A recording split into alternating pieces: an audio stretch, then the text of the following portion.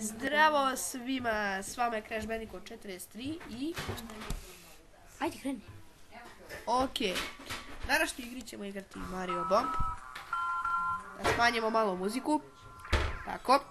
Kliknete na Next, naravno. Niste valjda toliko glupi. Kliknete ako hoćete u jednog igrača, mi ćemo u dvoje. Pošto tu sam nam jedan moj bratić. Idemo na lako. Kao obično, on će da izabere ovu pečukicu, ja ću da izaberem ovog. Ti su to. Da, ja sam tu, bravo. Samo moramo da zahnemo mjesto. Pa onda obrnuto, stani. Tako je. Što smo mi navikli drugačije, na drugačiju tasturu.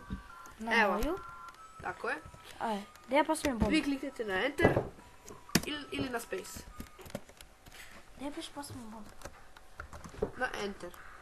Znači vi, ako ste igrač 1 postavljate na Space bombu, ako ste igrač 2 postavljate na Enter. Mene sreća nije uhvatila, ja sam odmah umro. Zato će moj brat preuzeti kontrolu. Deco, Moli. samo da sednete lepo da se najedete, a posle toga igrate se do sutra. Pa nema ovdje gde. A nešto nije bilo, ništa posebno. To nam je Kiva rekla da moramo malo da jedemo, ali nema veze. Zdravo je jesti zdravu hranu, to svi znaju. Nema veze. Neće nam valjda ništa pokvariti video, barem se ja nadam. Znači, moj brat je pio za vođstvo. Evo. Evo, samo da skontrljamo ove budale. I bravo, mi smo pobedili u drugoj rundi. I evo, idemo još. Nemoj da podriguješ. Idemo još jednu rundu s Mario Bomb.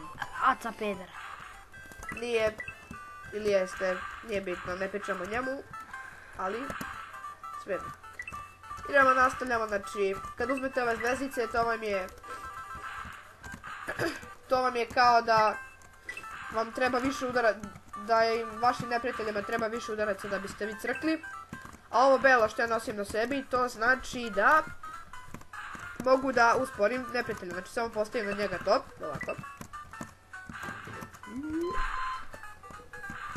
0-0-0.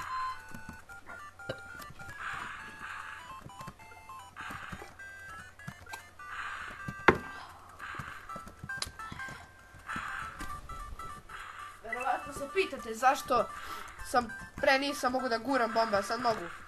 To vam se desi kad nađete... Nećeš da umreš.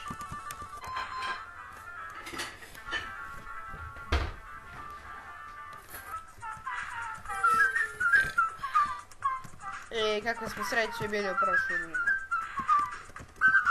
Ova bomba, to znači da dobijete još više bombe. Ova hrančica što sam sad dobio, to znači brzina. Ste vidjeli sad ovu crvenu pečurku?